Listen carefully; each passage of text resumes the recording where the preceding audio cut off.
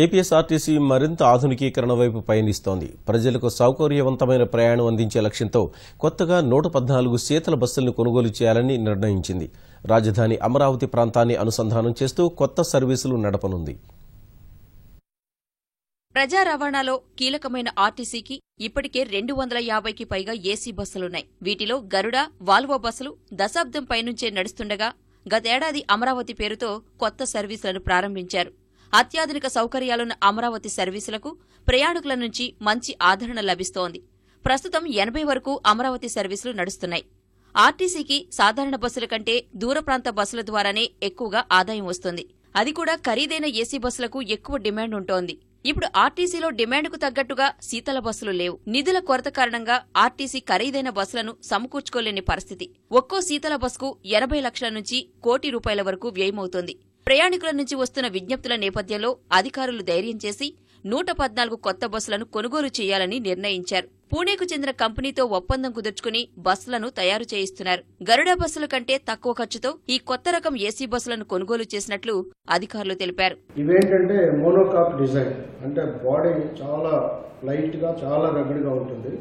AC బ్రహ్మాండంగా ఉంటుంది. దాదాపు 265 హార్స్ పవర్. సో బండి కూడా అలా లైట్ గా రోడ్డు మీద వెళ్ళిపోతున్నట్టుగా ఉంటుంది. ఆల్మోస్ట్ వోల్వో టైప్ లో ఉంటుంది.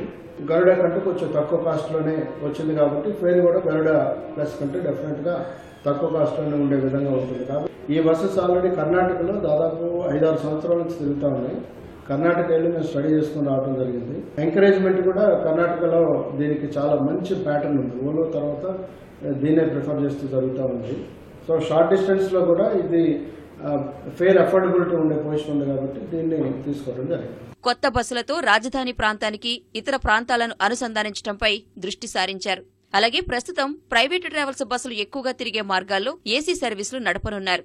114 బస్సుల్లో 100 బస్సుల్లో కూర్చుని ప్రయాణించేలా, మరో 14 బస్సుల్లో పడుకుని ప్రయాణించేందుకు వీలుగా ఏర్పాట్లు చేశారు. 100 బస్సులు ఈ డిసెంబర్లోగా కార్యకలాపాలు సాగిస్తాయి. స్లీపర్ బస్సులు మాత్రం జనవరి తర్వాత రోడ్లపైకి వస్తాయి.